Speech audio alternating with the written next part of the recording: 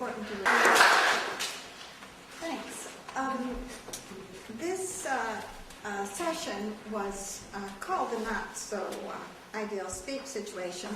Of course, I think none of us, or at least I would be very regretful if it were focused on actually talking about the ideal speech situation and what is wrong with the idea or right with the idea.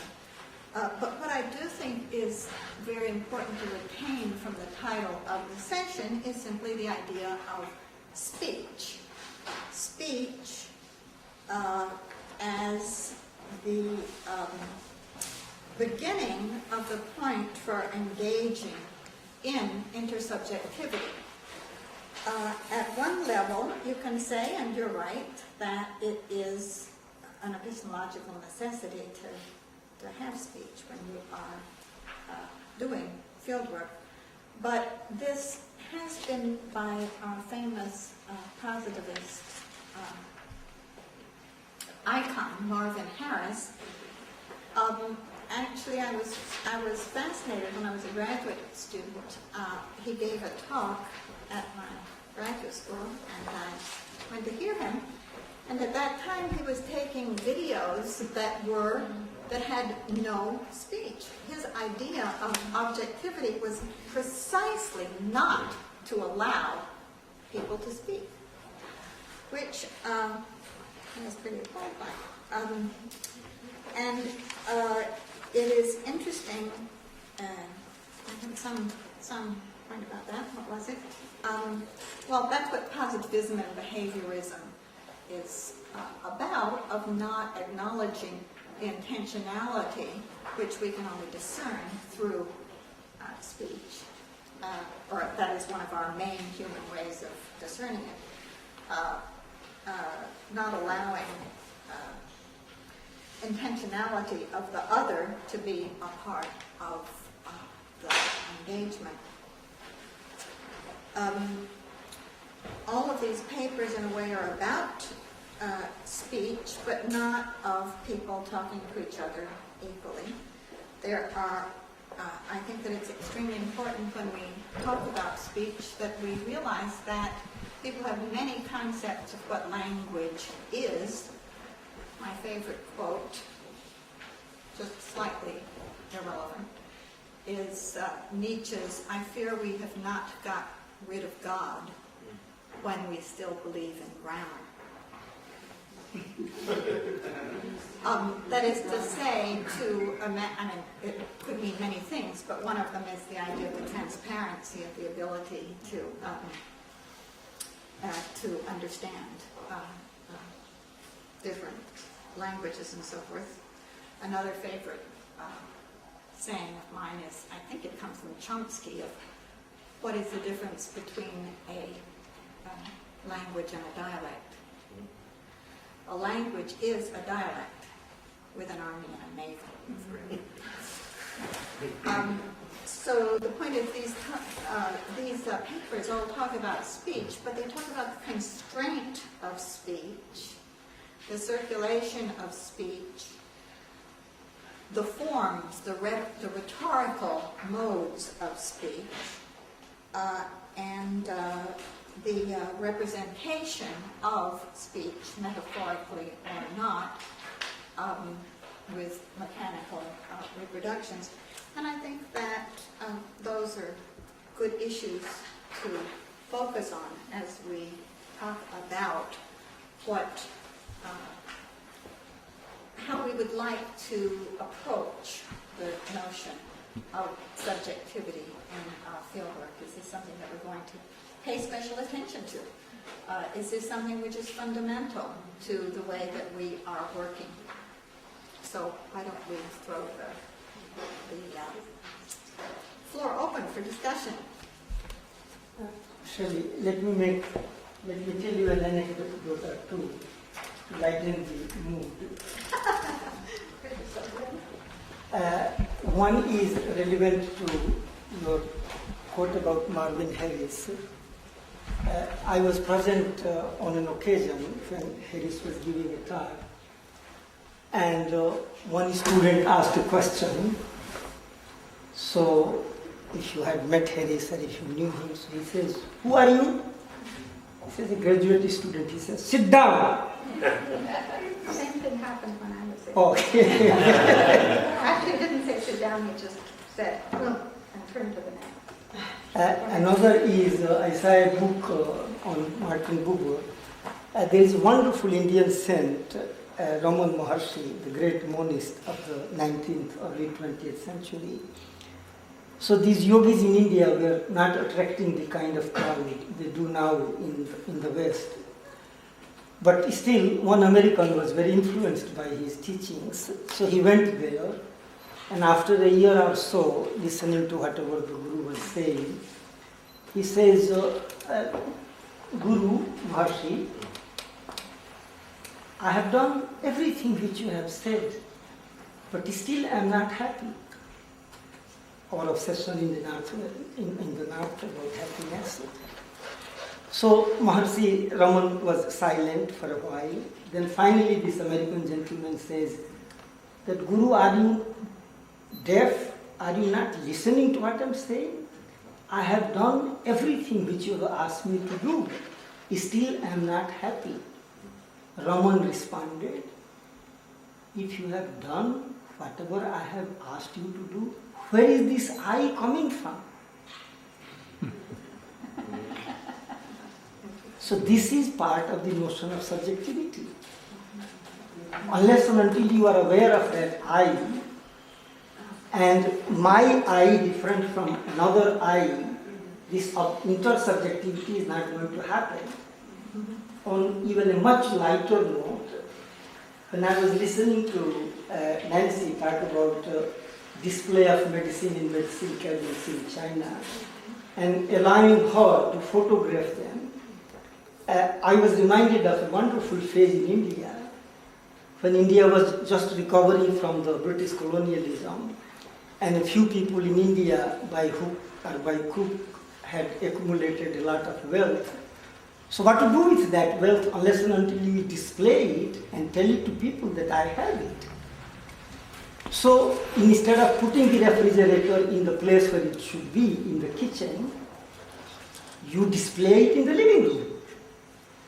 Instead of wearing a bathrobe or something which you have to wear in the bathroom, you wear it in the living room or you wear it on the street. So there are certain things in every culture, whether it is the notion of power, whether it is the notion of class, whether it is the notion of wisdom, there is a language in which you express it. And one has to understand that language. So the people in China who can afford to have medicine, they don't mind me or anybody else, photographing it because they want us to know that they can afford this expensive medicine.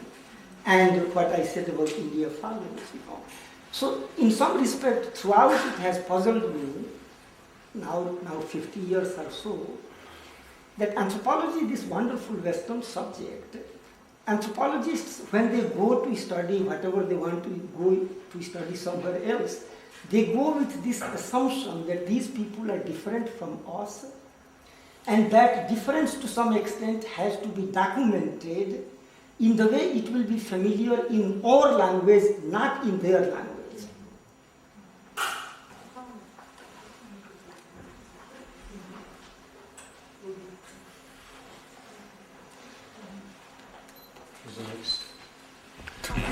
Après toi. Raphael,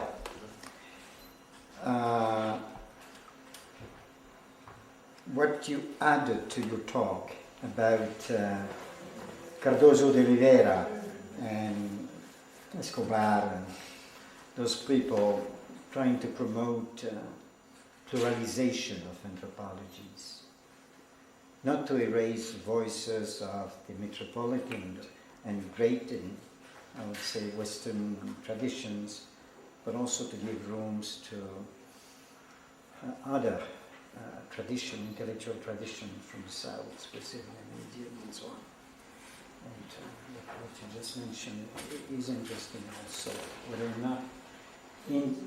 or not Indian anthropologists have been able to build not only on the British tradition, but also, and a number of people did that. But my question,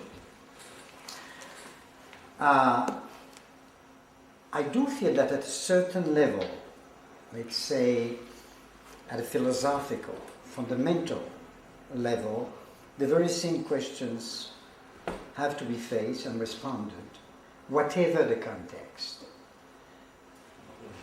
And intersubjectivity, the encounter with otherness, in the case of Brazil, between people from Santa Catarina and Amerindian from the north, we still there have something within the country itself which is quite parallel to the position of anthropologists from the north. Then, when we talk about marginal or the integration of marginal anthropologies within a space for new world anthropology, I do think we have to clearly distinguish between presentation of local questions and local practices and all that, position of Amerindian within the history of Brazil and all that. But at the same time, I do feel that there is something which crosses the whole thing. And this morning, because you said you were a bit dissatisfied, although it was interesting, by the debate, because that was the culpability of Western anthropologists.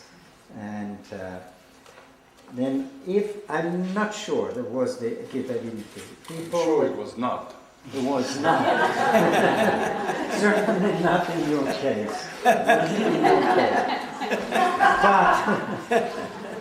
how do the South contribute to the fundamental philosophical debates around subjectivity, for example? When Amerindians say, okay, we are the owners of our music, we will speak for ourselves and all that, you are on the forefront. It's there probably that in Brazil, in many other places, Dalit, in the case of eventually India and all that, you are on the forefront. While I would say we left the field and we think that, but you should contribute to to trying to rephrase the fundamental questions. I don't know whether or not I'm clear, but in what sense you were not totally concerned by the debate of this morning? Sorry for connecting with the debate I chaired this morning, but I think this is a continuation Okay, thank you. Well, of course I appreciate the debate, but I think that there are some principles that are on the base of this debate that are disputed. First of all, what is knowledge? Yeah. What is this? And is anthropology to be anthropocentric? Is the man the measure of everything? Like the founder of anthropology said, Protagoras, some millennia ago. Or man is this measure of everything. If you talk to an Amerindian, the question of to be what we call a man or not a man, that say a subject, is dissolved. Because the stones are subjects also. The plants are subjects also.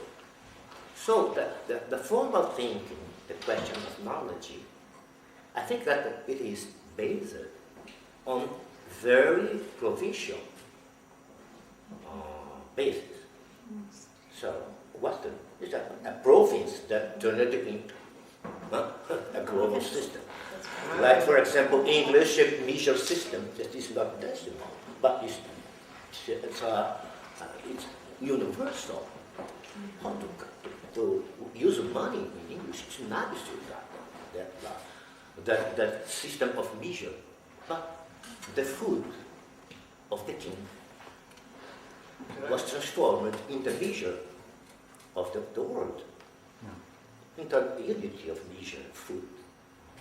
So what I mean is that I think that it is necessary to listen to the diversity of many and many voices. So, and the basis of the debate, I think that need to be changed. Is it possible to have a zero-sum conception of knowledge? What is this at all? A zero-sum conception of knowledge, a transparency. In order you can say this is this. What is it all about? What questions that? So I'm not a philosopher, but I would like to say that the basis of all debate need to be radically changed. There are three things that I've learned from outside points of view that, just as a way to start, maybe get a little more specific. By the way, I enjoyed being called a metropolitan anthropologist. I've never been called that before. I enjoyed being called a metropolitan anthropologist. I'm going to have a T-shirt made. But the three really interesting things in my experience were, first of all, calling into question concepts that were taken to be primitives of the profession, basic concepts of the profession, that in fact were reflective of the Anglo-American and French traditions. One. Two was the critique of people like Maxwell Owusu a long time ago, where it was actually a very gentle critique considering the title of the article, which was Ethnography, the Usefulness of the Useless, where it was basically about being an insider in a community that traditionally had been studied by outsiders. The third comes from the rise of feminist and minority anthropology that I know of in the U.S., which was about, actually what Eric Lassiter's book was about. Muncie, Indiana, classic case in the history of American sociology, studied, restudied, discussed, rediscussed. Nothing about the African American community that had always been there. Missing voices. So, questioning fundamental concepts of the profession on the part of outside points of view where they weren't, they were culture specific. Bringing into play insider knowledge that hadn't been available to the outsider in terms of a more profound, different, I shouldn't say more profound, different construction, co-construction of the ethnographic results, and missing people and voices in studies of particular populations. Those are three very, very important things that have come out of the broadening of the participation in development. There's probably more. So I was fascinated listening to Nancy Chen's presentation on what I'm interpreting to be a collective level of intersubjectivity. I had, for me, a quite remarkable trip to China. I spent a month this summer in China. That's what made me think deeply about the messages and the interpretations I was giving to those experiences. Then when we all saw the Olympics, this collective level was very, very clear that at least the interpreters for us were talking about, the way that the introductory ceremonies were done and what messages they were trying to send the West, and how this was being read and interpreted by the Chinese people. And you could see that what we have been here interpreting sort of as interpersonal dynamics can be read as well as involving international messages back and forth. And on your presentation of the pharmaceutical issue, one level in which I was reading your comments was that there was a rupture of trust. And it was a rupture of trust between some collective agency, the pharmaceutical industry, but maybe also in connection to the government, because they're not completely independent, and their collective customers, where that's the Chinese people, but also people in the rest of the world. So you begin to read these aspects of a rupture of trust, a breach in intersubjectivity, a sense of distance, of alienation, all the sorts of things that go into an individual dynamics. And just thinking about that, this may be another level. It may be not something new. It may actually go back to a much older anthropology. But thank you for those ideas. Well, thank you also for picking up on the element of rupture. And I would say the rupture was also not just one of trust, but also, I myself, being there and living there, I often found myself, people were I would compare labels. For instance, I would be in a supermarket or I'd be in a pharmacy, and I, would intentionally use that as an ethnographic moment. I would say, well, which brand would you recommend? And it was really interesting because people would say, oh, you should buy the foreign brand. If you can afford it, buy the foreign brand, don't buy the local brand. And I was constantly, 9 out of 10 times, told, don't buy the local brand because you can't trust it. And so there was this moment of, I think the infant formula scandal that's recently emerged. There was an incident that actually occurred previously in 2004. This time, a lot of people, the media, both Chinese as well as foreign, have been pointing out that there was an element of clamping down, that during the Olympics they didn't want any media to focus on contaminated goods. But as soon as the Olympics were over, that this is when the story could circulate. So there has been intense rupture, but it's not something that's recent. It's been ongoing for the past decade, and even perhaps even earlier, as well as the early 90s. But the image of the Olympics, particularly the opening ceremony, has been a very interesting one, because I've had so many people come up to me to talk about this, both Chinese as well as North Americans, and it's been as well as other Asians. And what's interesting is that they'll all talk about the grand spectacle on the one hand, but then they'll each have different interpretations. So Chinese colleagues or friends would say, well, isn't it, now I can feel proud of China for, showing its face to the world. But then other non-Chinese spectators would say, wow, that is, one big statement about the global assembly line and being able to, carry this off. No other country necessarily might be able to carry it off. And then they were joking about the London Olympics not really being able to do much. So, but the rupture of trust is perhaps, for me, the take-home message that I'm trying to figure out, how are ordinary citizens still making the decision to still support Chinese or locally made goods despite this incredible fear of consumption. And they're consuming other goods out of that fear as well. Well, when we look at just the marketing processes that are intrinsic to capitalism, one tries to build a market, even if they try to produce something slightly cheaper, so the profit margin goes up a little. Still, they want to widen the body of people who will buy the product, and so it seems something a bit irrational about continuing to put out goods that your own people don't trust. You're absolutely right. There's a illogic, and at some point it's going to come back.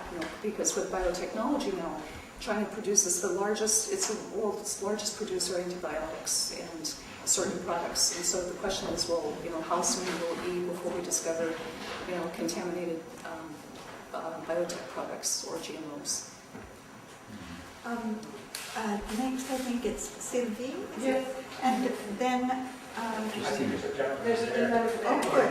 I'm glad. And then you'll be next. And I'd like to take this opportunity to point out that several psychologists have done studies of classrooms and found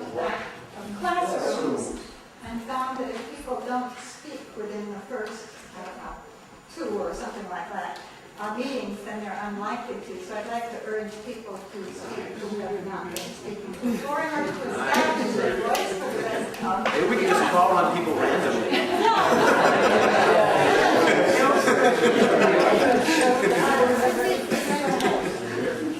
I'll be brief. I just want to comment on a very interesting exchange between Gilles and Raphael. Yes.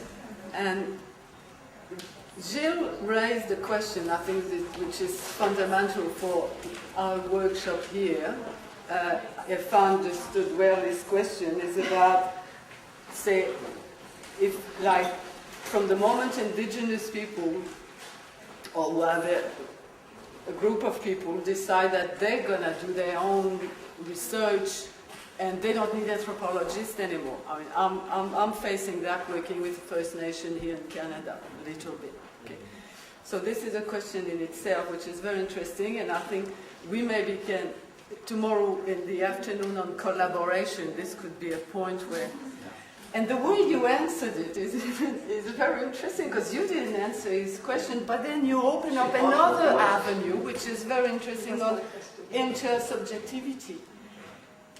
I'm working with, like I said, with Australian Aborigines, and then if I want to understand intersubjectivity, I have to look at how they understand subjectivity themselves. And as you said, I mean, from the moment that stones, animals, ancestors, spirit of dead, and are subjects, and you can engage a conversation with them, then you're in a, the intersubjectivity has to be looked at in a totally different perspective. That's it.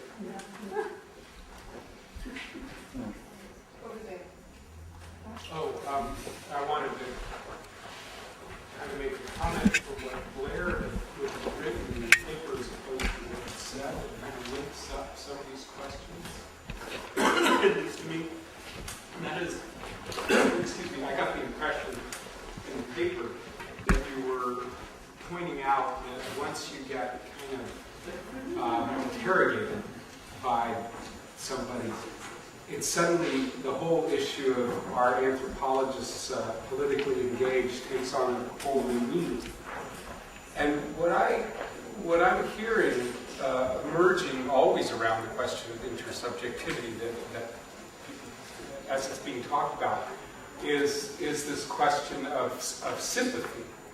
And so, you know, you were trying to say that China is good, is like us, and you know, that's our future. China is the future of the United States and Canada and so forth. And you were saying that we should give those groups, Aboriginal peoples, the same rights to the acquisition of knowledge and ownership of knowledge that we have, and even facilitate that to make it possible, because we owe that. But all of those two things require being sympathetic to the group you're talking about. And to me, the more troubling question for actual anthropology, fieldwork anthropology, is more in the realm of at least in the paper, of the way Blair described it, which Zimbabwe, who's the good guy? You know, and you know, from the outside, in the media, clearly the good guys are not the followers of Mugabe. But if you hang out with the followers of Mugabe in Zimbabwe, you might want to say, well, they're the people who were shat on for a long time, so it's their turn to shoot on somebody else. But if you're the one who accidentally gets in the crossfire, then it creates another level of problem for us. And so to me, the issue of intersubjectivity, at least at one level, is always that issue of how sympathetic can I really be? How close can I really be with the people who I'm talking with or listening to and so forth? Or how touristic do I want to be? You know? And I think anthropology, there's nothing wrong, and maybe I'm picking up on something, ruining what Johannes said earlier, or stealing it in a weird way. But there's nothing wrong with being touristic, potentially, about gathering knowledge or learning about things. There's nothing necessarily immoral about that. Just as there's nothing implicitly moral about being sympathetic to everybody. You know, those are things which are a lot more complicated or hard to try to sort out. Where do you draw the line of who do you help or who do you feel that sympathy toward? It's quite easy to say we're going to be sympathetic toward everybody or want to understand everybody, or all voices in the huge giant tent will all talk, have dialogue. All of you who do classes, of course, know how hard that is, or are in classes. Dialogue often doesn't work precisely because The more complicated issue is how much do you really want to put your life on the line, so to speak? How much do you really want to use your career to support a group of people when it may not actually support your career, for example? It may take away from you, those kinds of things. Or may have you end up, with a bright light shining on you and someone, saying, well, if you don't talk, we're going to keep you here. That kind of thing. So those are the interesting issues to me that emerge out of the way these papers kind of coalesce. Anyway.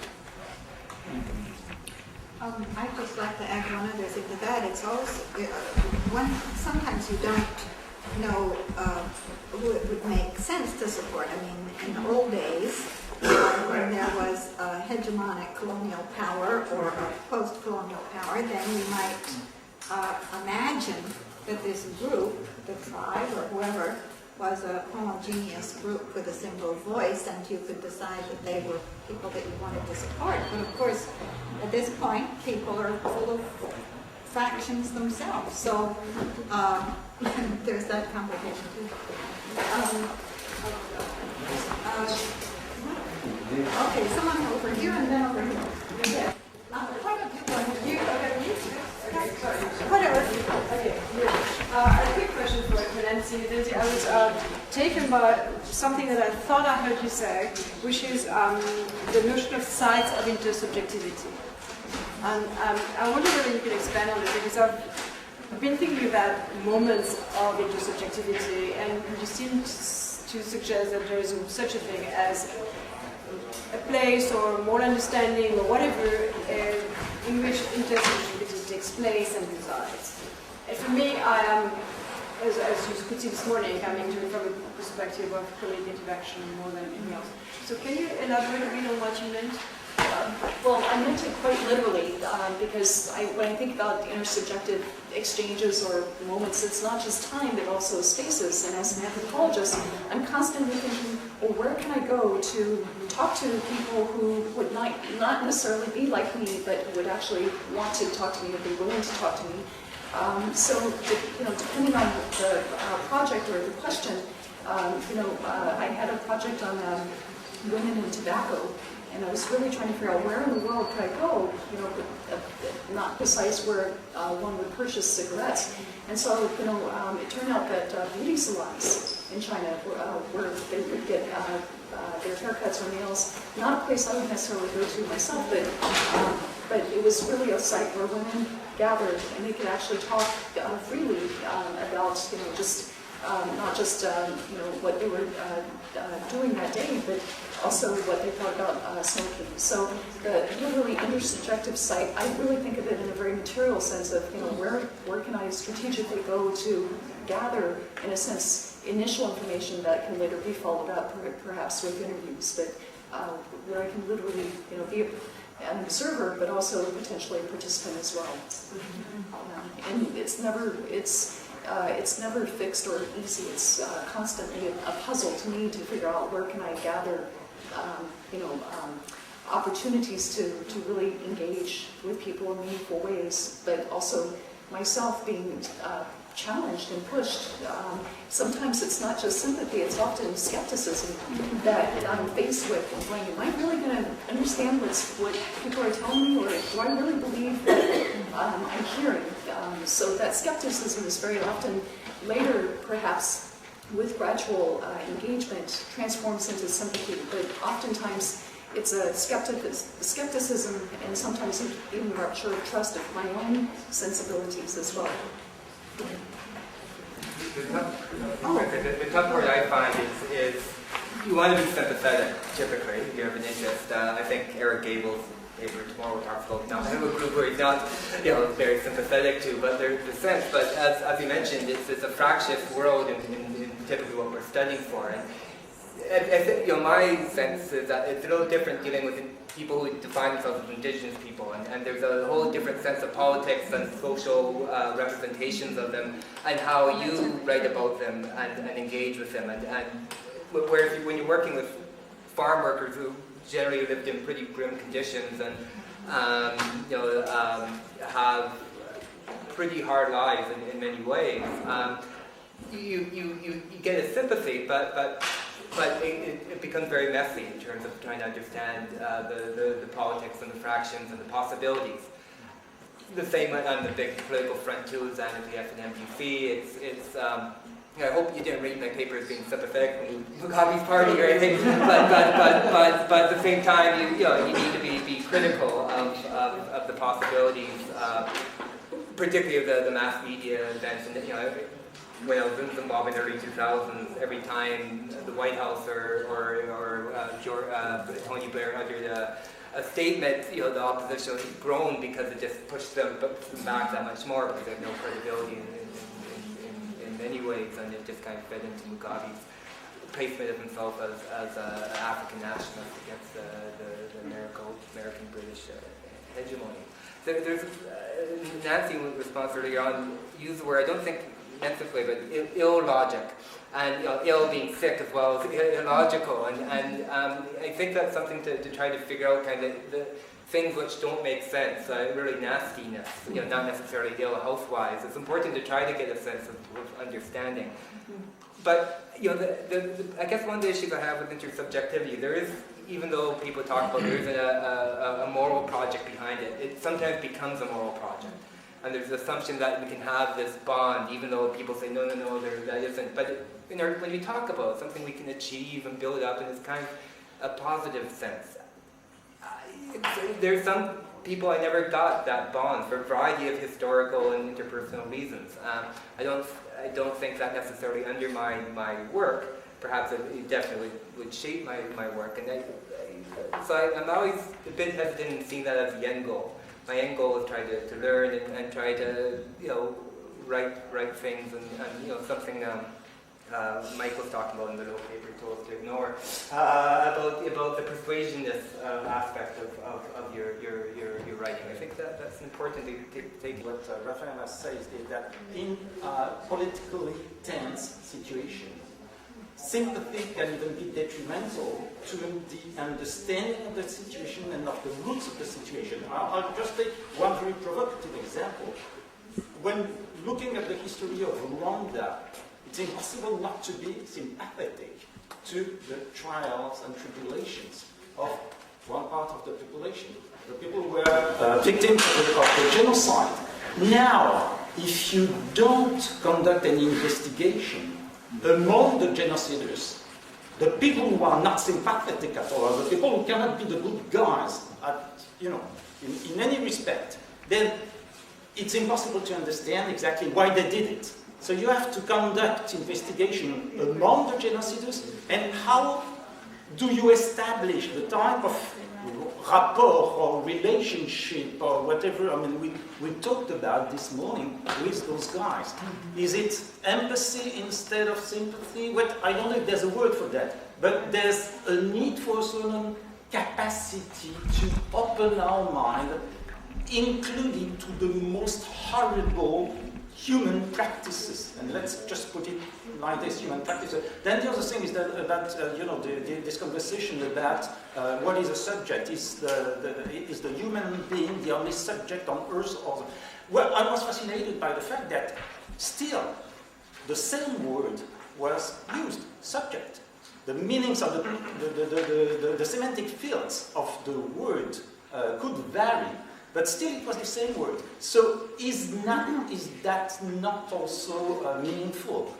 Is that something to reflect upon? And is that not raising the question of a meta-language in the social sciences, which we lack enormously and which raises so many problems?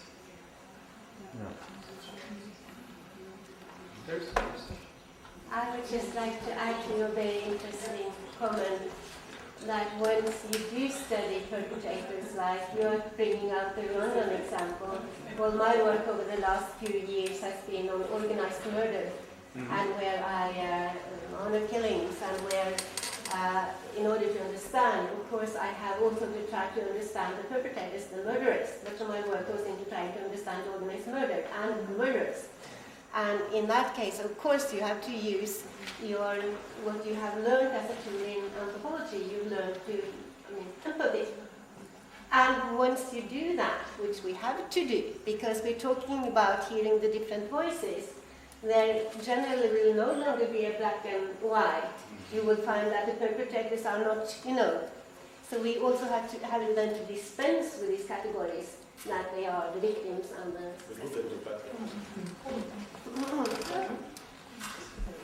Very interesting.